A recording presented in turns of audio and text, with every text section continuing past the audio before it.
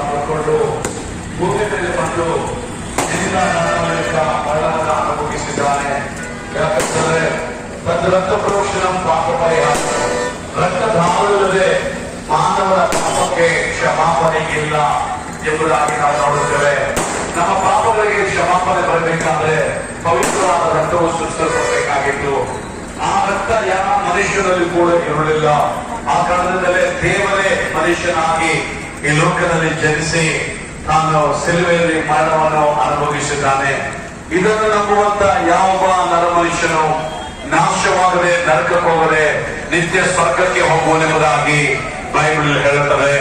ಅದೇ ಒಂದು ಕಾರಣದಿಂದ ಆತನ ಗಾಯಪಟ್ಟು ರಕ್ತವನ್ನು ಸುರಿಸಿ ತನ್ನ ರಕ್ತದಿಂದ ಮನುಷ್ಯರ ಪಾಪವನ್ನು ಶುದ್ಧೀಕರಿಸಬೇಕೆಂಬುದಾಗಿ ತನ್ನನ್ನು ತಾನೇ ಸಿಲುಬೆಗೆ ಒಪ್ಪಿಸಿಕೊಟ್ಟಿದ್ದಾನೆ. ಇದನ್ನು ಒಂದು ವೇಳೆ ನೀನು ನಂಬುವುದಾದರೆ ಇವತ್ತು ಯೇಸುವೆ ನಿನ್ನ ರಕ್ತದಿಂದ ನನ್ನನ್ನು ಶುದ್ಧೀಕರಿಸು. ನಾವು ಜಾತಿ ಧರ್ಮ ಹಿನ್ನೆಲೆಯನ್ನು ಹೇಳ್ತಾರ, ಭಾಷೆ ಬಣ್ಣ ಜನಾಂಗ ವಿಷಯದಲ್ಲಿ ಹೇಳ್ತಾ ಇಲ್ಲ. ಸ್ವರ್ಗಕ್ಕೆ ಹೋಗುವಂತ ಮಾರ್ಗವನ್ನು ನಾವು ಹೇಳ್ತಾ ಇದ್ದೇವೆ. ಆ ಮಾರ್ಗ ಏನೂ ಅಲ್ಲ. ಯೇಸುವನ್ನು ನಾವು ನಂಬುವುದಾದರೆ ಯೇಸುವನ್ನು ತಾನು ಮಾಡಿದಂತ ಕಾರ್ಯವನ್ನು ಸ್ವೀಕರಿಸಿಕೊಂಡು ಯೇಸುವೆ ನಿನ್ನ ರಕ್ತದಿಂದ ನನ್ನನ್ನು ಶುದ್ಧೀಕರಿಸಯ್ಯ. ಯಾಕಂದ್ರೆ ಯಾವ ಮನುಷ್ಯರು ಕೂಡ ಹುಟ್ಟಿದವನು ಪವಿತ್ರನು ಅಲ್ಲ, ಯಾವ ಮನುಷ್ಯರು ಕೂಡ ಹುಟ್ಟಿದವನು ಪುಣ್ಯವಂತನು ಅಲ್ಲ. ಪ್ರತಿ ಮನುಷ್ಯನು ಜನ್ಮ ಕರ್ಮ ಪಾಪಗಳನ್ನು ಹೊತ್ತುಕೊಂಡು ಲೋಕದಲ್ಲಿ ಜೀವಿಸುವಂತವರಾಗಿದ್ದೇವೆ. ಇದೇ ಒಂದು ಕಾರಣದಿಂದ ನಾವು ಒಂದು ವೇಳೆ ಯೇಸುವೆ ನನ್ನ ಪಾಪಗಳನ್ನು ಕ್ಷಮಿಸು, ನನ್ನ ರಕ್ತದಿಂದ ಶುದ್ಧೀಕರಿಸಿ ಎಂಬುದಾಗಿ ನೀನು ಹೇಳುವುದಾದ್ರೆ ಈ ಕ್ಷಣವೇ ಸ್ವರ್ಗದ ಬಾಗಿಲು ನಿನಗೋಸ್ಕರ ತೆರೆದುಕೊಳ್ಳುತ್ತದೆ.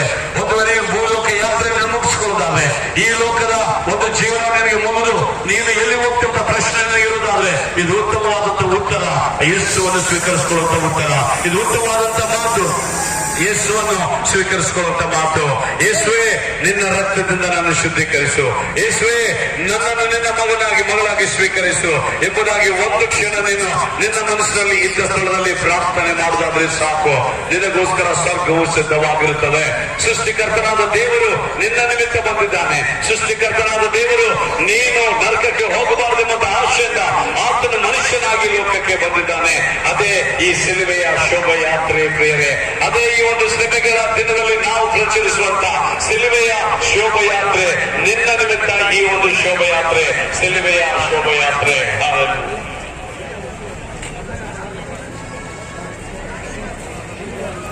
ದಯಮಾಡಿ ನಾವು ಸ್ವಲ್ಪ ದೀಪಗಳು ಇಲ್ಲದ ಕಾರಣ ನಿಮ್ಮ ಮೊಬೈಲ್ಗಳಲ್ಲಿ ಟಾರ್ಚ್ ಲೈಟ್ ಆನ್ ಮಾಡಿದ್ರೆ ತುಂಬಾ ಚೆನ್ನಾಗಿ ಕಾಣುತ್ತೆ ಅನಿಸ್ತೇನೆ. మనమందరం మన మొబైల్ టార్చ్ లైట్స్ ఆన్ చేసుకోండి. అందరూ మంచి వీటిని మనకు దేవుడు ఇచ్చినటువంటి మంచి అవకాశం, సువార్త ప్రకటిస్తున్నటువంటి అవకాశం ఉన్నప్పుడు కాబట్టి మీరు ఈ టార్చ్ లైట్స్ అంటే ಮೊಬೈಲ್ ಲೈಟ್ಸ್ ಆನ್ చేసుకోండి. ಎಲ್ಲರೂ ನಿಮ್ಮ ಮೊಬೈಲ್ ಲೈಟ್ಸ್ ಗಳನ್ನು ಆನ್ ಮಾಡ್ಕೊಳ್ಳಿ. ಈ ಒಂದು ಮುಖ್ಯವಾದ ಬೀಜನ್ನ ಬಂದಿದ್ದೇವೆ.